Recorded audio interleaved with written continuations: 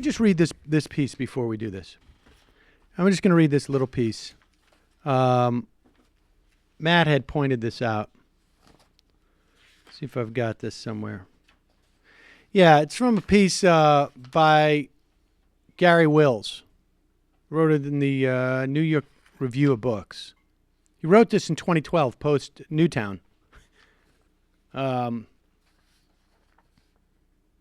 You know, when all those elementary school kids were shot up by the AR-15. It's entitled Our Moloch. This is a god referred to in the Bible and other places, I guess. Just a couple of passages. Devotion to it precludes interruption with the sacrifices it entails. Like most gods, it does what it will and cannot be questioned. It's referring to guns. Its acolytes think it's capable only of good things. It guarantees life and safety and freedom. It even guarantees law. Law grows from it. Then how can law question it? Its power to do good is matched by its incapacity to do anything wrong. It cannot kill. Thwarting the god is what kills. If it seems to kill, that's only because the god's bottomless appetite for death has not been adequately fed. The answer to problem caused by guns is more guns. Millions of guns, guns everywhere, carried openly, carried secretly, in bars, in churches, in offices, in government buildings. Only the lack of guns can be a curse. It is not the time to question Moloch. No time is right for showing disrespect to Moloch. It has the power to destroy the reasoning process. It forbids making logical connections. We're required to deny there's any connection between the fact that we have the greatest number of guns in private hands and the greatest number of deaths from them. Denial on this scale always comes from or is protected by religious fundamentalism. It has the power to turn all our politicians as a class into invertebrate and mute attendants at the shrine.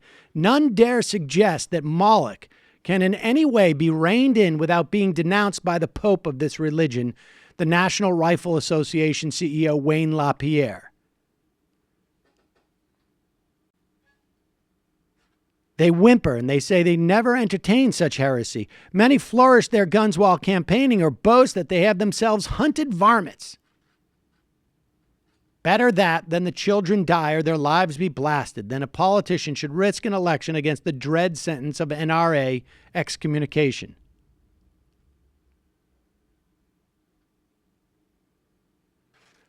I mean, there's more to it. But let's hear Ted Cruz praise Moloch. What his motives were, but whatever they were evil, and this is a horrible, horrible thing, and our prayers are very much with those Florida families. Could something like that happen in Texas? Do they have armed guards in public schools in Texas?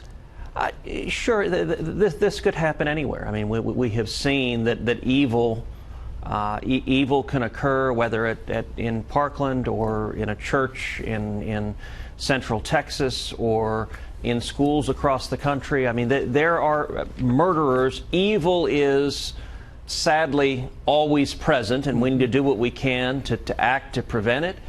Sometimes you see brave heroes who are able to step forward, and sometimes you have people like in Sutherland Springs who are armed, who can engage the killer and stop them and save people's lives. Well, that's what I was saying. Do your public schools allow it? Because I know every state is different. Do your public schools allow armed security? Oh, sure. There are certainly some schools that have armed security, and that can make a difference, but it varies school by school. Yeah. Let's talk around this whole thing. Let's talk about evil. Let's even just bank shot the fact that we've all been told right after Newtown, the idea was we're going to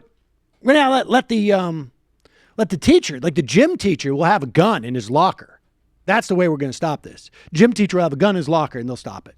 Well, there were 2 cops at this school.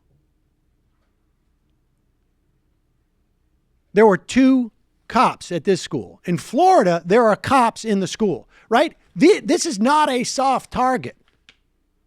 So we're not going to hear that. We'll wait until the next one.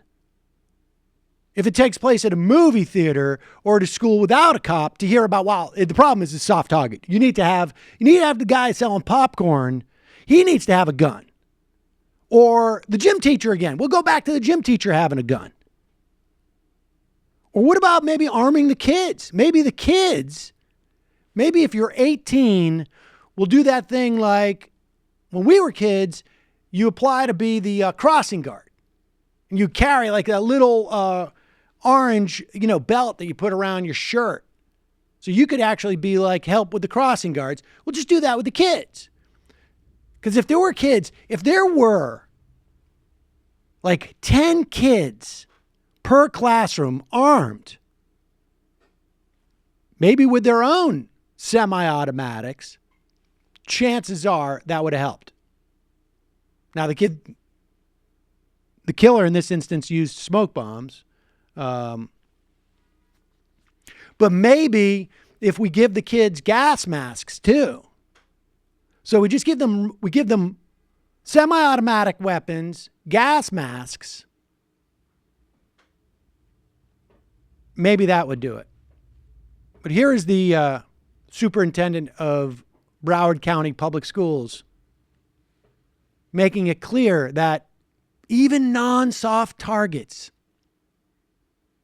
are able to be ripped to shreds by this AR-15, the wonderful product that some CEO oversees the manufacture of.